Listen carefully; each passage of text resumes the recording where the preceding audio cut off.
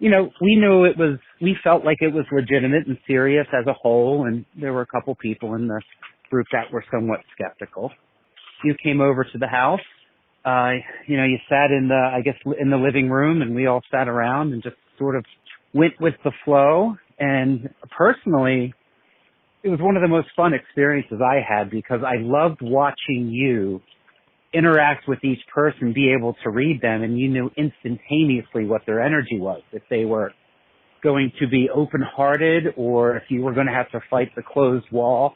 And now that we're 10 years past that point, and I know how everybody's life has evolved since that point, I still find myself going back to that in amazement, thinking, oh my God, all that turned out exactly how he said it would. I really believe she visited him. He just wants you to know he knows how much you loved him. And everybody in the room, their jaws just knowing dropped. exactly what someone needs to hear. That she called me when nobody really did. It was incredible. And then I was like, oh my God. There's more after this life. This is Ripple Road. Hello and welcome back to Ripple Road. The afterlife is here. That kind of sounds spooky, doesn't it? Ooh. All right, you're going to notice a total change in my voice here because I guess I absorb energy, not just from people, but from my memories. I don't know, man. Compare the tone of this episode to episode 3 where I was getting real heavy, man, and serious. Now you're going to hear me kind of excited because I'm going to be talking about all kinds of crazy characters, These are the clowns and the crazies of the world, man, It's like they break the mold. I don't know how to fit in. They're one of a kind, and I love them. I hope you love them too, As they say in these kinds of circles, there's a good kind of crazy and a bad kind of crazy. And, someone will say, well, she's crazy, but she's good crazy. You ever hear anybody say that? Or well, she's crazy, but you know what I mean? Not the good crazy. Wink, wink. You know what I'm saying? So we're getting in with an interesting cast of characters on this episode. My brother-in-law, Joe, he died. And he was a very outspoken, rude son of a bitch. You didn't even want to speak because of the things he was saying. But one time we were sitting outside and I got a picture of a cloud. It was a picture of a vagina, the whole cloud. I'm like, I put it on Facebook. I'm like, tell me what you see here, people. And everybody said it. So it was like, I knew that's what it was. So I'm talking to you and you're talking about Joe and he's saying, yeah, there's a lot of pussy up here. Yeah, and I'm like, oh my God, this is unbelievable. Naturally, my father came through first because, he always does. And he basically, your voice was still your voice, but the way you were saying things were definitely my father. And he kind of would always take command of an audience, especially with females. He loved to talk to women. You had also mentioned an elderly man in an ugly sweater. And at that point, I really didn't know who you were talking about. And, but he wasn't, this man you were talking about wasn't a sweater kind of guy. And then he reminded me of something that just blew me away because I hadn't thought of his memory in years. He said something about he would bounce me on his lap while I was steering the car as a child, and I was like, boom! That I hadn't thought of that memory in years, and it was my grandfather. He used to put me on his lap and let me drive the car. Believe it or not, I just came across a picture of him in the ugly sweater a couple of days ago. It was quite bizarre. I was like, oh, you're thinking about me. My dad started dating this woman, Sue, and I guess she went through a divorce recently and was kind of living on her own. And looking for a better place to stay, I guess. So my dad's like, why don't you just move in here, And they moved pretty quick, man. They were only dating a short period of time before, surprise, she's living with us now. And the reason I bring this up is because Sue has like a history of self-help therapy type, She's in with like a crew of friends, a circle of other crazies, the good crazy. You know what I'm saying? She had dealt with a husband who had, messed around with alcohol a bit too much. And kind of found her way into Al-Anon groups. It's like families of alcoholics. It's support groups, I learned about this through her, that a lot of these 12-steppers, the joke among her crew was that there was a 13th step that was like spirituality, the continuing passing around of self-help books, going to other groups, going to meditation circles, and they all kind of stuck together through those early years, those AA years and Al-Anon. So she had a crazy circle of friends. They all had names, She was Sue, Susie Q, Sue B, all this kind of stuff. And, her friends were like Betty Spaghetti and Kathy Crew Cut and Jana Banana, All my friends we were up in Philly, and you did a reading, and it was after one of my favorite cousins died, and who was really like my older sister, and she had a lot of issues. And you're like, oh, here she comes with all her craziness. Oh, my gosh. And you go, wait a minute. Somebody's here, and she just can't be quiet anymore. And she's like pushing everybody out of the way. And all at once, we all laughed and go, it's Cousin Carol. That's exactly how she was in life, you know what I mean? Like, hey, how you doing? Like, if you saw her in a store, everybody in the store would hear her saying, hey, how you doing? I mean, one time we ran into her in a parking lot, and that's just how she was. And you said it just exactly. And we're all like, oh, my God, Cousin Carol. We all said it at the same time because we know Cousin Carol. Like, hey, I dyed my hair. Remember my hair was falling out. I dyed my hair. I'm not lonely anymore. I was so lonely, and now I'm doing stuff all the time. And I got that convertible, and she used to always talk about getting this convertible when she got her settlement. But then you said, she says to keep talking. This is the part that gave me my goosebumps, because she says, keep talking to me on your way home. Because every Thursday I would come home, I would drive, it'd take like 2 hours, 2.5 hours, depending on traffic. And I'd stop and get like a popcorn. And I had like the headpiece on, so I'd always be talking to her. And then, get in the car. I mean, we'd talk the entire way home, whatever it was like, And so he said, keep talking to her. And she likes when you stop at that little place with all this stuff. With all this stuff there. She said, don't watch your sugar. She would say that to me. She would actually say, what are you getting? Are you getting, just get popcorn. Don't get candy. I'm like, yeah, okay, I'll buy candy. She says, keep talking to her. She can hear you. And I was like, wow, that's crazy. So, sometimes I do still, sometimes I still talk in the car.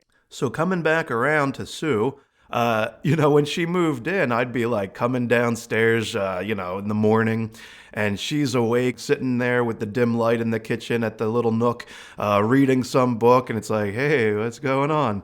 What you reading? It's like Wayne Dyer, Courage to Heal, all kinds of different, oh gosh, you name it, man. She was into it. So I got into it too, A lot of the stuff in the New Age section of the bookstore was like hokey, It just didn't speak to me at the time. But the Celestine Prophecy spoke to me. One of the main tenets of the Celestine Prophecy is that meaningful coincidences throughout your day and week are signposts of the universe, right? So the universe is always providing us what we want, and you can kind of speed it along if you follow those signs more closely, if you live in accordance with this flow of life force energy, right? So we're getting into these years where I start to see these patterns, and I'm starting to ascribe more meaning to these coincidences, One of my friends at the time, Jenny, she had read the Celestine Prophecy, and it affected her too. I hadn't seen her for a while, and I was working at a bookstore in Delaware. So still, I know her from New Jersey. What's she doing in Delaware? She pops in and she's like, Scott Henry, what's going on? I'm like, uh-oh, Celestine, And we traded phone numbers and like stayed in touch. And I don't know, it was like a month later or so, I got a job at Amazon.com's fulfillment center. So I was talking to Jenny and she was looking for a job. And I was like, well, I'll get you a job at Amazon. So I did. And that's where she met her boyfriend, who then became her husband and the father of her children. It's like, whoa, Celestine, if I hadn't bumped into her at that Delaware bookstore, would I have gotten her that job like a month later at Amazon, where then she met her husband? And my God, like her whole life steered in another way. She moved to Maryland and they're happy together. It's like, whoa. That's the kind of things we're talking about here with meaningful coincidences and following them along, The last session we did in July, you said, that last day of your trip, you're going to take a hike. He's like, take the shorter route. Don't go all the way. Take the detour. And you were like, you will not regret it. I met somebody out there on a trail. We ended up spending a number of days together. And that very last day, we intended to go way up the mountain to this really special spot. It's like my spot. But instead, we took the really, really short trail, and we spent the entire day on the lake, which was at the foot of the mountain. And it ended up being one of the most fantastic days of both of our lives. It sealed the deal, sealed the trip, and then basically changed both of our lives when we left. But I went back to those notes after the trip, and I was like, by God, Scott did it again. I'm one of those people that I like to think things happen for a reason. I truly believe there's no coincidences. And although I knew her and still friends with her on Facebook, I didn't really do anything personal with her. And this one particular time, she actually reached out and was like, hey, I'm having this happen at my house and you seem open to it. Would you want to join? Yeah, I'll talk to her randomly, but never anything personal. And then she's reaching out for this. I felt like, I think I'm supposed to be there. So I said yeah and signed up for it, drove down, and we were there maybe about an hour, almost an hour and a half in. And you just weren't feeling, you were getting some things, and then like some of the stuff was pertaining to people, but it wasn't dead on. And then everybody kind of just was like quiet about it. And you're like, yeah, I'm not feeling the vibe. Something's just not right here. I think I'm going to have to call it a night. And you said, yeah, I'll reschedule. We'll either reschedule or refund you. But all in all, though, like I still didn't feel like I didn't have a bad time or anything. It was a cool experience. And we did reschedule. We all reconvened, all the same people from the group. I remember you saying, I spoke to so-and-so over the phone and tried to do them singly. What kept me coming back and really listening to you was your ability to show, not only do, but show that your intentions were to help, not to just get paid. And you always have backed that up with that if you didn't feel you did correctly or that you did it the way that was to your standards, that you've always, every time I've heard you anyway, have offered to refund money because you can tell you really do care. The thing is, my mind being kind of spiritually inclined and that kind of like clicked with Sue's background from those 12-steppers and AA groups and like seeing the power of like handing your problems over to a higher power. There's a spiritual component to the 12 steps, So she was like into the same things that I ended up being into at the same time. My dad being like very analytical, cerebral, black and white, feet on the ground and pragmatic.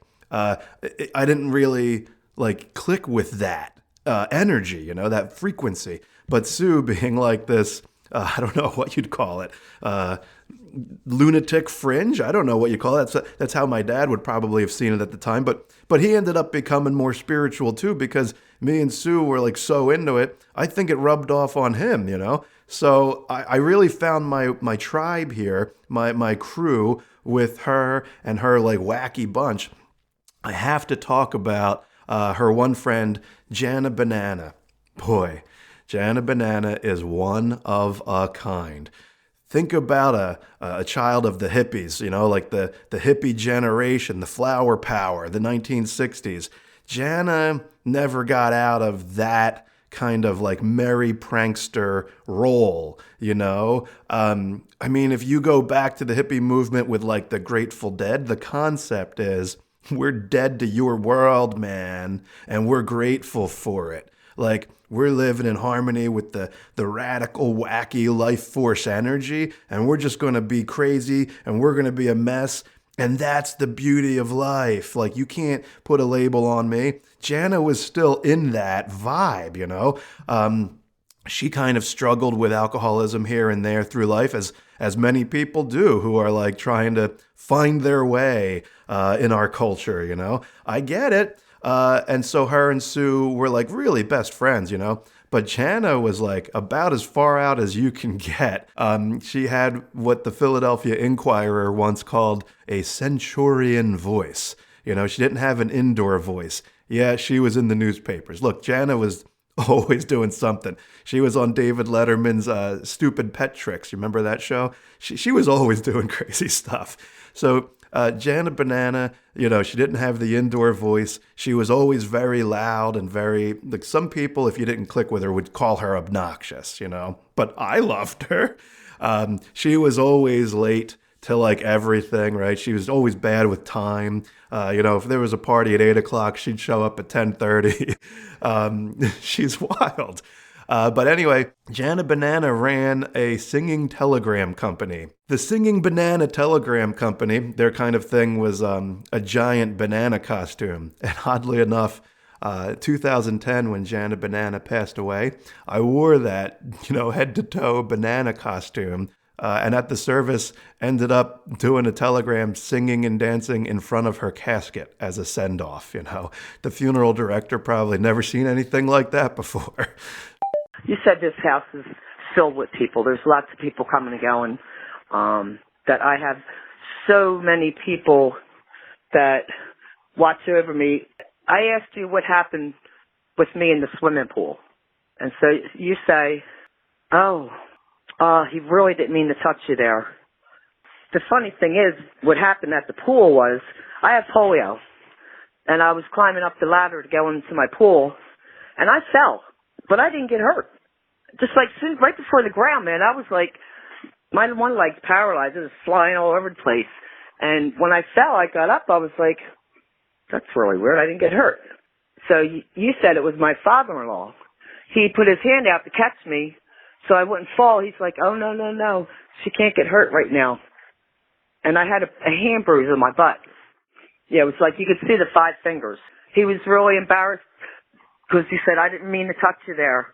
Then the one thing, when I was a child, I was in the hospital, and my mom used to always come up to see me and all. And fortunately, one night I got struck by lightning through the window of the hospital at Shriners. I asked you again if something was true that happened at the hospital. And you said, yes. As a matter of fact, your mom had called up. She was very upset. She came up, and she was sitting with you, and she was rubbing your right knee. I mean, you were so involved in the motion of the whole thing, the softness, you know. I was like, she did do that kind of stuff. I never remembered it until then. That, you know, she would always comfort me by rubbing my good leg. You know, we'll get through this. And that's what she said, we'll get through this. And I had goosebumps for weeks. Because I didn't realize until you said it, and it brought back me remembering her doing this to me. And I have some spiritual things myself because I got struck by lightning. I'm thinking maybe that triggered it when I was a kid. So Jana had found her way into this book, A Course in Miracles. You know, they're always passing around books between each other. And A Course in Miracles is a really dense book, man. It's like, it's supposedly channeled information, right? Like channeled from a higher power. But it's very evolved wisdom, you know? All about how the ego is this filter within our physical reality that keeps us held into lower vibrations, and how to deal with anger and guilt and resentment and sadness and all the things that crop up emotionally through this ego filter. And that if you can learn how to escape egoic thinking, you can get in touch with your eternal infinite self, you know?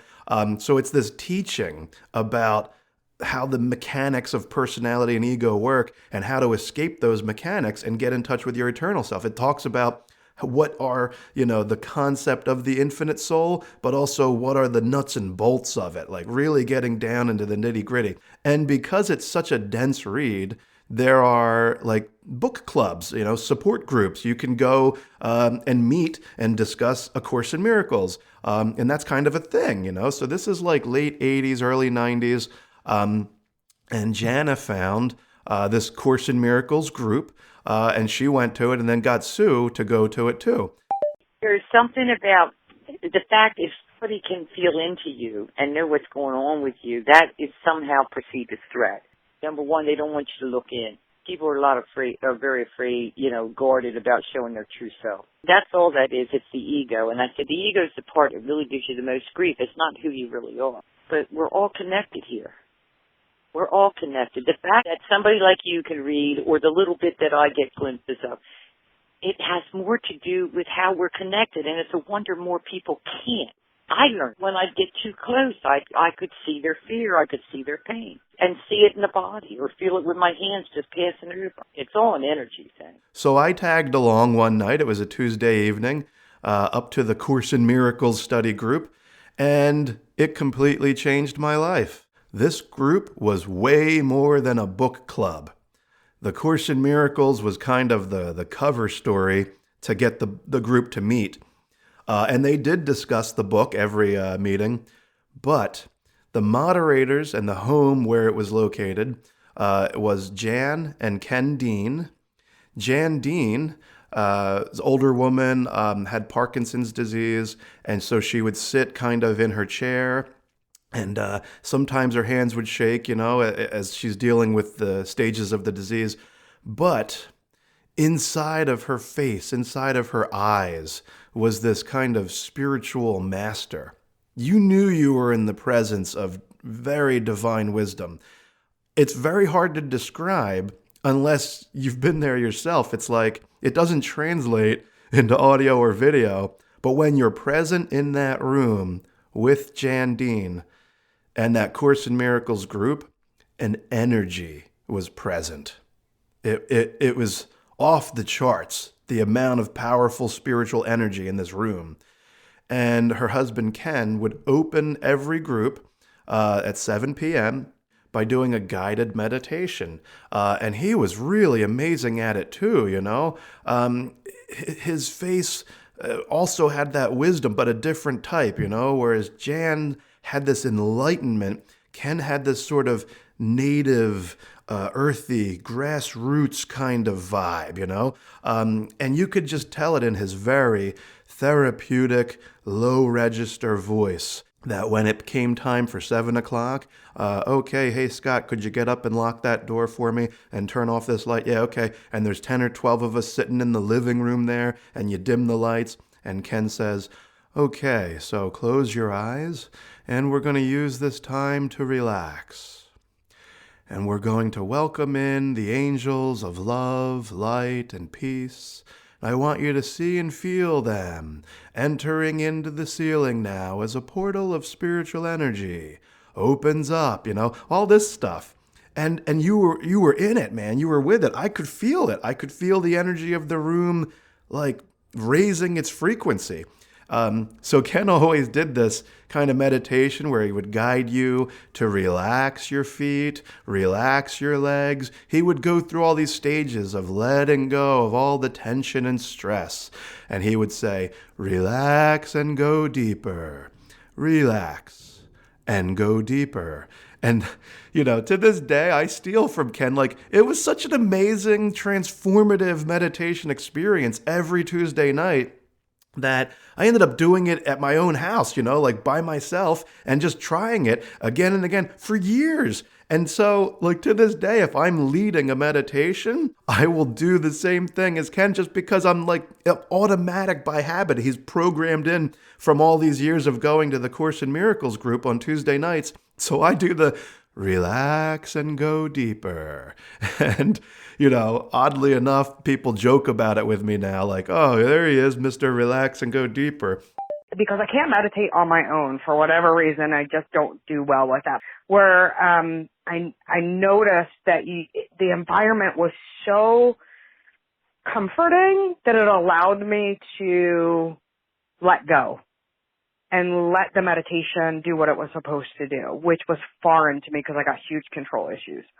The meditation really stood out to me because I made a connection. That was so refreshing to me and invigorating, and it was awesome. I'm not really good sitting with myself. So on the times that I had tried, I get bored, or like I couldn't even fall asleep. It's just I would try to listen to music, try to just zone out, and then I'd find myself just thinking about everything else in the world, and it became more frustrating than not. But I'd never done it as a guided meditation. I've never had somebody telling me, imagine this, think of this, and certainly had never sat in a room full of people to do it. So it was definitely a different experience in that aspect, and it turned out that that's the way I meditate the best. I'm more receptive when I'm kind of being guided through it, and I'm more receptive when I can actually feel the energy that's happening around me. And I just found it made me more positive. It was just like a happier experience. Like I would leave there feeling refreshed, almost like I went to a spa for the day. It was like I went in there with whatever concerns were in my head, and I left feeling like I just hung out with family and all good. And Ken would lead the meditation to relax you, to put you in touch with those in spirit. Always imagine the angels of love, light, and peace entering the room. I always thought, do the angels have names, Ken? Come on, man. What is it? Archangel Michael? Gabriel? Who is it? And he just left it. It's a generic thing. It's whoever you want it to be. The angels are bringing in love, light, and peace. That's the goal here. Doesn't matter who they are. It just matters the frequency they're coming into the room at.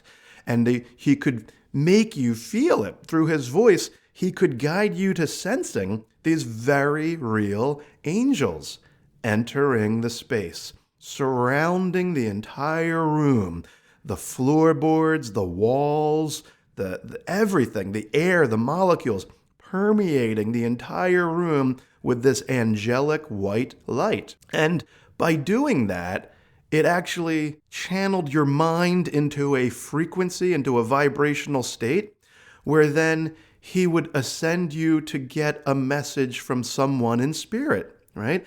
And you'd be so relaxed, 15, 20 minutes in, you're very relaxed, your body is relaxed, you're sitting on the couch, your eyes are closed. It's like you're not even aware of the physical room anymore. You go so deeply into this hypnotic kind of internal trance, and then you're still listening to his voice, and he's guiding you upwards into the clouds, and you're going to get this message from a loved one in spirit. And Ken would always say, it can be a relative who is deceased, a family member, a friend of yours, but it could also be a spiritual guide, one of your own angels or ascended masters. But whatever comes to you, you will allow your mind to accept whatever it comes. It could be words, phrases, visions, colors, feelings, sounds, whatever it is, you will accept your message now. And then he would let, a minute or two pass in silence while you were experiencing these sensations, getting these visions of your whatever, loved one in spirit or some spiritual being. The more I went, the more that meditation really clicked with me. And I was starting to get a Native American spirit, really this big, tall man. And he was my personal guide. I felt this affinity spiritually with him. And sometimes, depending on how stressful my week was, by Tuesday night, I'd sit down to meditate. The Native American would be there when Ken said, receive your message now. I would feel like my skull being cut open from the top and digging down into my brain matter as this Native American spirit pulled out all the toxicity. It was a visualization, I didn't feel any pain or anything. It's just, I guess, a symbol of removing junked up zhuzh that's in my head from the stress of the week and replacing it with this crystalline, beautiful white light thing.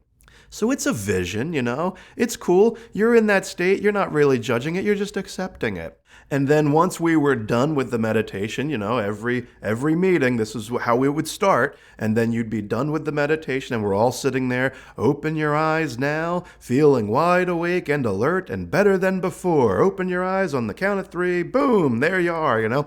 And then you're sitting there after having this like 30 to 40 minute experience like, wow, you know, that's intense. Like you wiggle your toes, you come back into the room and look around.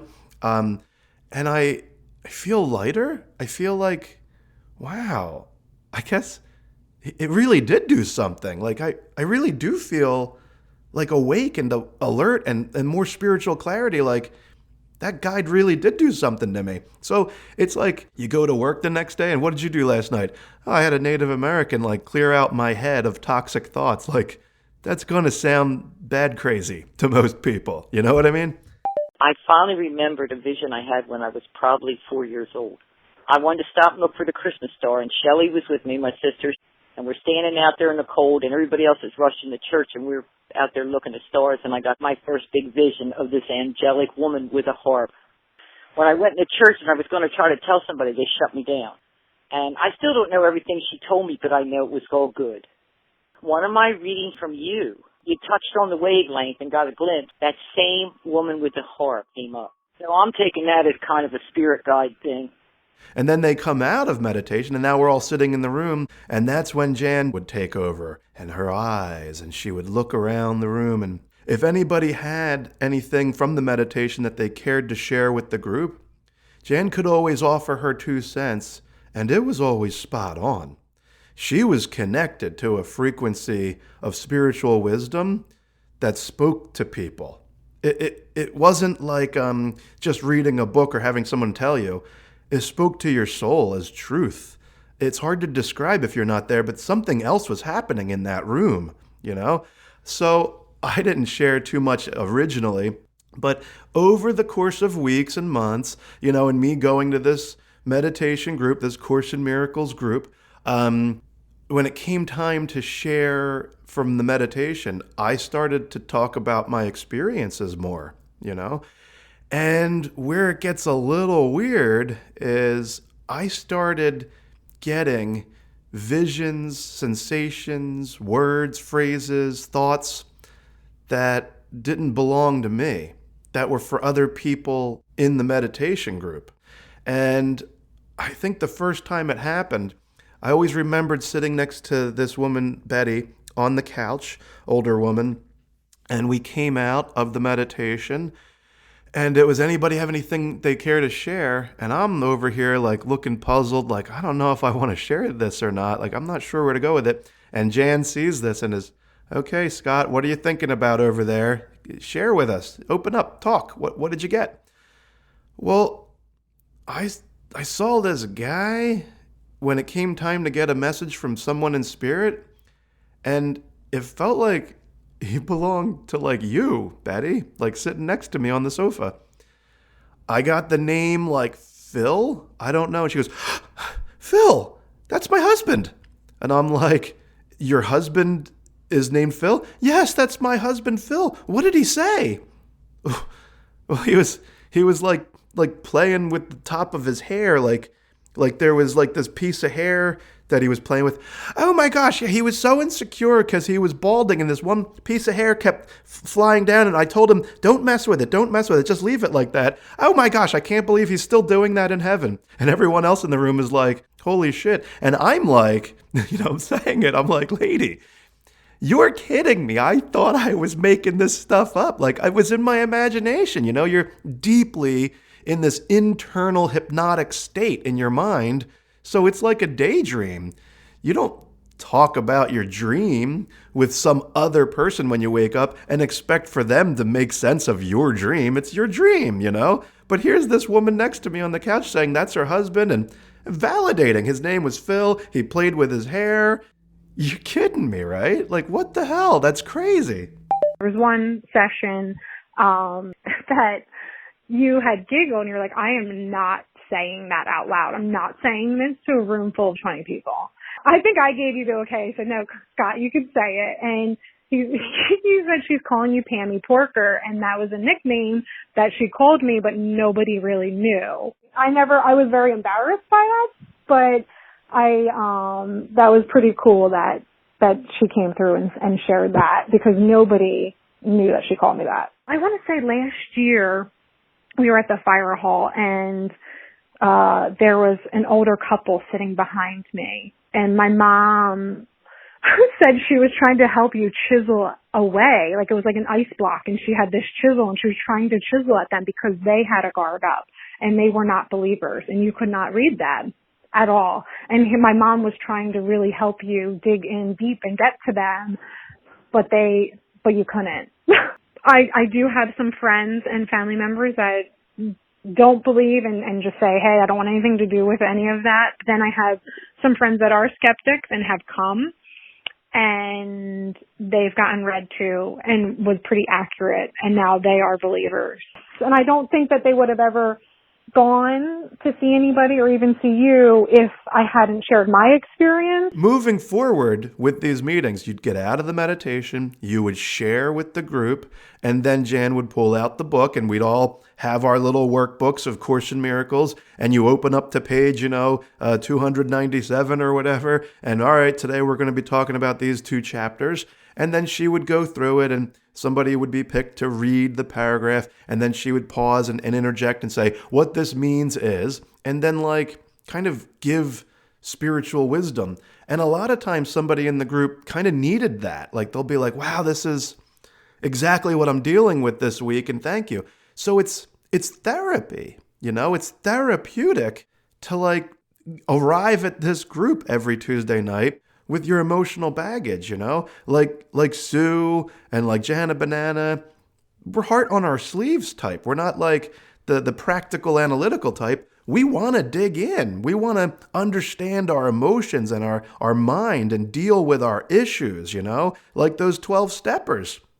Sue would bring other people from other groups, and Jana Banana was great with that. Like she knew a lot of people too. So that whole kind of crew would come in and out of the Course in Miracles, and we were all looking for the same things, this sort of spiritual growth, this personal therapeutic thing.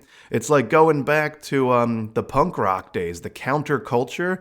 The whole idea is to break up these systems of belief. At a certain point as a teenager, I guess, as you're coming into your own personality, you realize the limitations of gender roles, the limitations of career paths and indoctrination. And for some people, the hippies, the freaks, the weirdos, they just want to break that up, But if you don't quite have the gumption or the motivation to be unique, the kind of encouragement from other people to step out of that, then you're just left kind of alone, and you come across as crazy, and maybe you start to veer off into the not good crazy, because you just don't fit in with the cultural norms, Once you step out of those cultural norms, those kind of limiting labels and boxes to kind of steer your life and indoctrinate you into what you should be and your identity and how it should go with planet Earth, If you're kind of already outside of that system and you have psychic abilities and they're just this raw, unbounded, limitless kind of thing, you're going to draw in all sorts of crazy experiences, man. It kind of took getting some structure, cultivation, I guess is the better word. Learning how to cultivate that raw life force energy. It's like channeling it. But in the idea, there's a ocean of all this water, and then a channel is where you build you dig a trench and the water goes through that channel. Well, that's the cultivation of psychic energy. And for me, getting into mediumship was learning to channel that vast ocean of possibilities into a set, filtered, limited, restricted way. You're going to connect to this psychic energy this way. All the time. Here's how you do it. Discipline.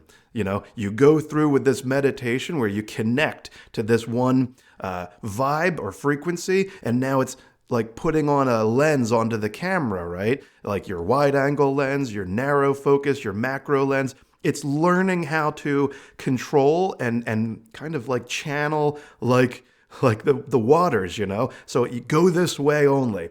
But uncultivated psychic energy, raw psychic energy, you're just going to go all over the place, right?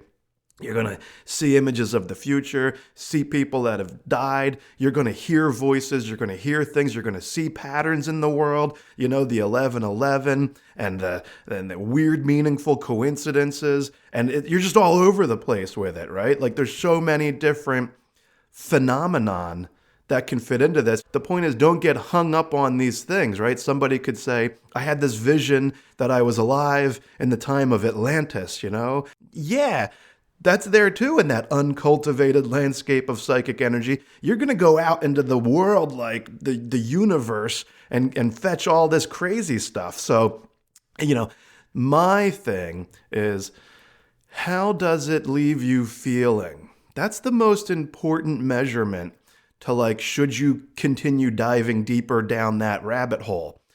Does this leave you feeling better? Does this help other people in your life? Or is it making you like more neurotic, more lunatic, and you're starting to drift into the not good crazy? You know what I'm saying? That's kind of a good judge of like, should you go down that rabbit hole and like, oh, I was in Atlantis, you know? Well, you got to be able to use that information. And for me, we're getting into the years here of like increased phenomenon that is uncultivated. And Jandine really delivered when it came to that. This is like a true and real spiritual guru alive on planet Earth. Sometimes she would say, okay, Scott, come over here. You know, we'd put the books down after 20 minutes of the lesson and, you know, wrapping up for the night. And she would grab my hands in her hands and look at me right in my face and say, you're very special, you know? And I never heard that from anybody. Like that, that touched me, man, you know? It was so meaningful because her eyes, like, they changed, you know? Like, they were looking into my soul. There was these two souls, me and her, and we weren't bodies anymore, you know? I wasn't some 19-year-old punk, and she wasn't some, you know, 70-year-old Parkinson's patient. We were two infinite souls in that moment. And she'd held my hands and would look into my face and say, you're here for a reason, you know that, right? Wow. Like, wow, man. Crazy. And this was just, it was so heavily influential to my personal development here on this planet that you could reach down deep and you can connect with the physical world in your soul. Not just on the surface, not just what we see and hear, but your soul can open up, like really open up its eyes and be present in this world and challenge others to open up too and speak to their souls. Do you see what I'm saying? This is not paranormal ghost hunting and EVP phenomenon and like table knocking and you know, all this kind of weird paranormal stuff. This is healing. This is purpose. This is meaning and therapy and soulfulness. And it was exactly what I needed to help me deal with this raw psychic energy, right? Like I was saying earlier, you create a channel. It's kind of like Ken's meditation about the angels of love, light, and peace enter the room. I'm not praying to the angels to help protect me from the darkness like I was, you know, at 13 and 14. I'm not even praying to ask for anything. I'm just saying, oh, that angel's here. Oh, I feel it. Oh, I know it's here. I'm not asking for anything because I don't need anything because I'm one with this angelic light. Once you go there, that's powerful, right? When people say the power of prayer, why wasn't the prayers working for me during the nightmares and the terrors and all that? Because I was asking for help with something that I believed I needed help with. I believed that the bad thing was there. I believed that the demons were coming for me and angels, please help me. Now I can pray differently. I can pray by saying, I feel the presence of the angels of love, light and peace. And I can visualize that sparkling white healing energy moving around my body, moving around the room, and I can feel my own vibration harmonizing with it. And that's a prayer for protection. I'm not asking for anything. I just am now vibrating on the angel realm. You want to go ahead and open up psychically then?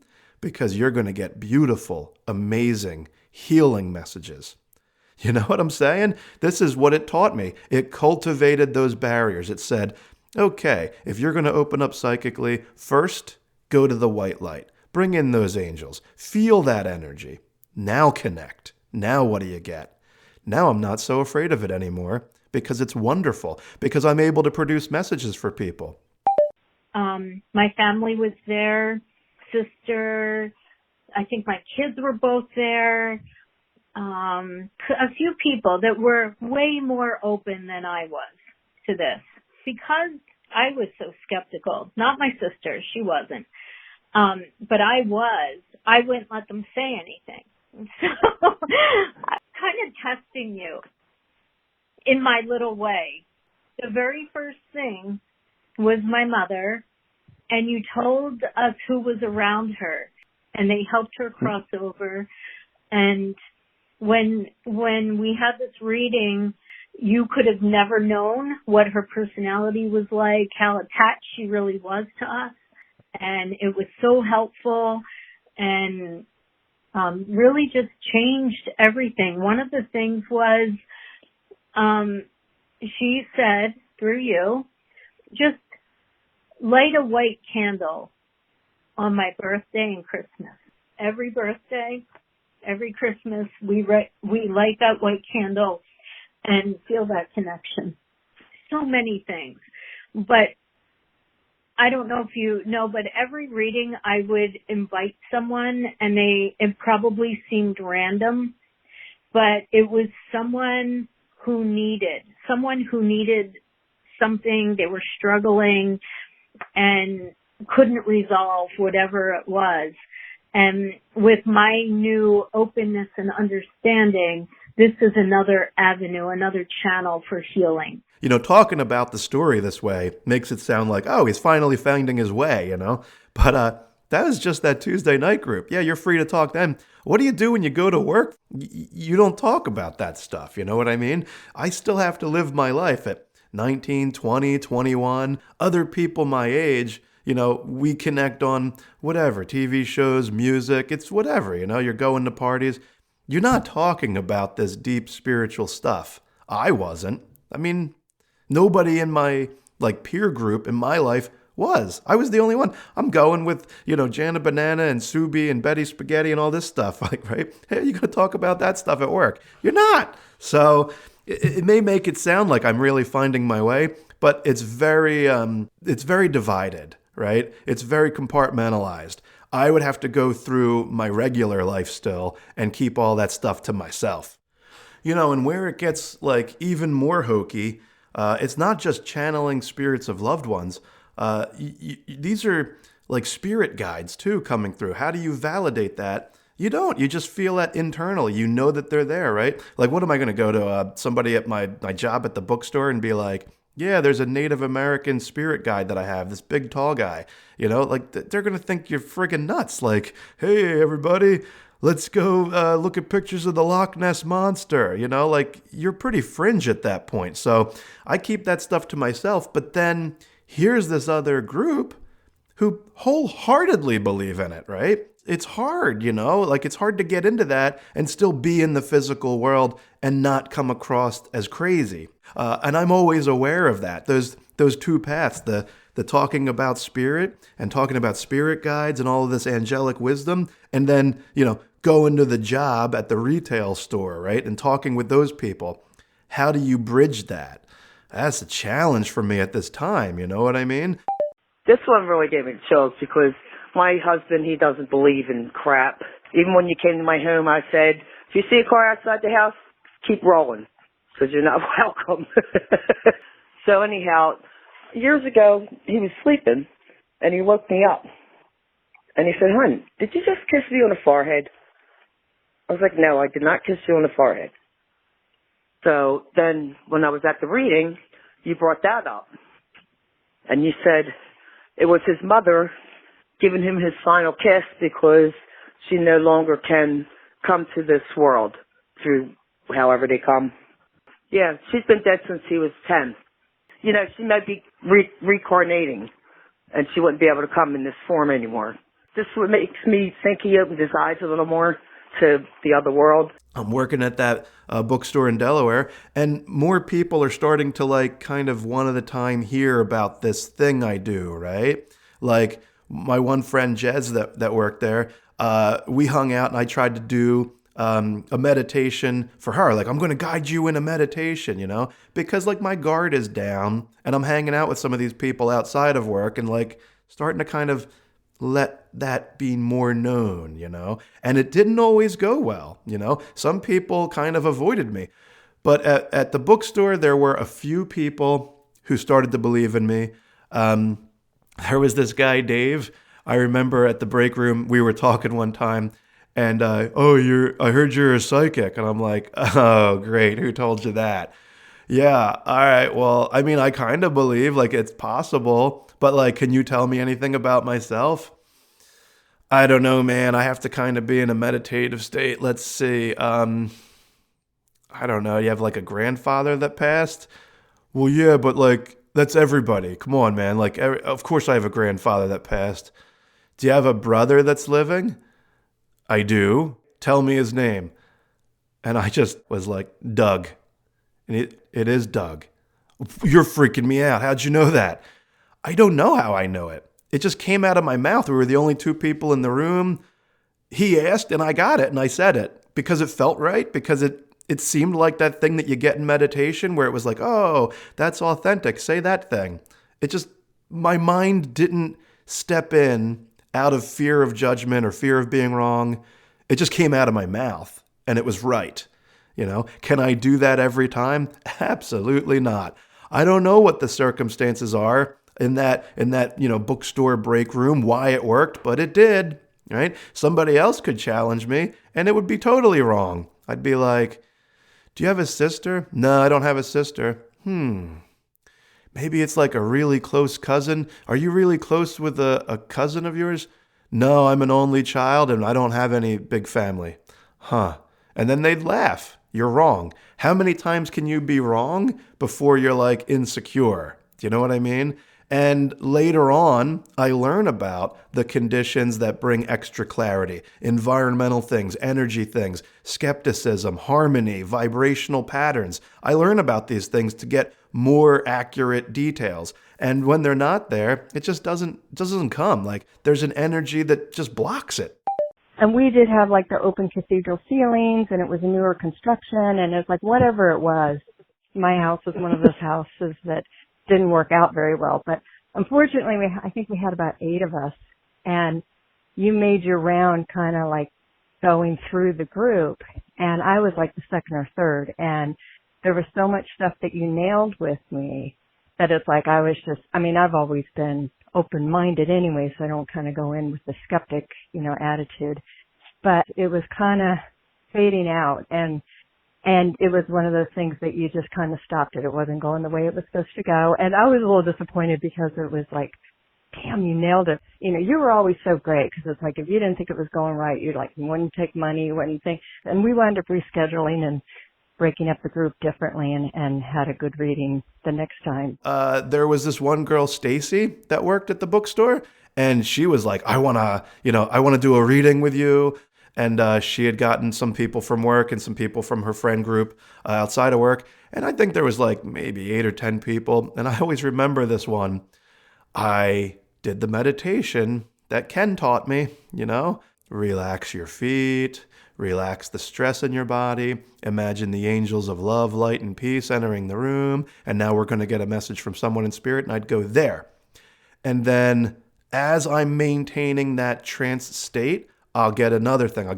I just won't close off. I just won't come back. I'll just keep talking and get as many as I can, get into a flow, you know? And I said, someone's father is passed, like biological father. And this one girl's like, yeah, my father. And then this other girl's like, well, my father's passed too, and it's weird you're saying biological father because I'm adopted, and like my adoptive dad's alive, but I just found out my biological dad died. And I'll be like, oh, maybe it's yours. Well, okay, which one is it? He drove like a hatchback, like this old like Datsun hatchback. And the first girl's like, oh my gosh, yeah, my dad had the hatchback. And then the other girl's like, that's really weird because the last time that I saw my biological father, he was driving a hatchback, exactly that you described. I'm like, weird, you gotta be kidding me. I was only saying specific details that applied to both girls. It's crazy. How does that work? It's like a piggyback message or like a me too. And I've noticed that happening over the years, that those in spirit use like the vessel of my mind in that trancy state to produce as many accurate messages as they can, to produce some kind of magic, to produce some kind of healing. They have to take that opportunity, and it works. How it works, I don't know. It just works. Here, I work in a HIPAA-protected profession. You're not supposed to talk about like getting help from spirit guides or angels, but I was just saying too many things to people privately in session. I'm like, where did that come from? And I'm like, it made sense to me that like, of course, like I'm talking to people that are in struggle, like I'm a vessel, and why wouldn't I get help? Like, of course, like thank you, like I should be getting help. That meditation thing, I'm telling you what, man. People hear about meditation and they're like, oh, that doesn't work for me. I'm like, well, yeah, if you just sit there trying to focus on your breathing, like that's difficult. But if you do this guided visualization, right? They're all over YouTube now. It's like a big thing. There's thousands of free available guided visualizations. There's guided visualizations out there for everything. And I actually recorded a few myself. Really just based off of Ken's, narrative, like the way that he would walk you through and get that spirit message. The kind of same way that I do before every reading now. I do like a truncated version, like a 5-10 minute version of that same hypnotic state meditation to receive messages from spirit. Well, I recorded that and put it up on my own website. So anybody that wants to check it out, it's not for everybody. Each person kind of works on a different harmonic frequency. Maybe my voice doesn't do it for you. I don't even put like music in the background of it because it distracts me, but you might need music to help you, and there's like plenty of other ones on YouTube. Just search guided visualization, but if you want to check out the ones that I did, they're available, free. You just go to my website. It's scottedwardhenry.com. The ones that are shorter, I felt like I needed to do for people that were in a hurry. I think it's better to set aside like an hour and really take it, seriously. And that's the other thing that's important here is when I got into it, there was a group of like-minded people all doing it together, right? So is it easy to do by yourself? Like, I still struggle with it today, trying to do it by myself. But in a group of live people, man, face to face, all sitting there with their eyes closed and all there for the same shared purpose, it creates, in Jan's words, she talked about this, it creates a synergy. It's an energy that builds up and up and up when everyone's there for a shared intention, She would say synergy energy. It's like when two people come together, sitting together face to face for a shared intention, and they put their energy out there. It's the same as when three people do it separately. Or like when, when four people come together, it's like the energy of 8 people. When 10 people come together, it's the energy of 100 people. It's the synergy energy.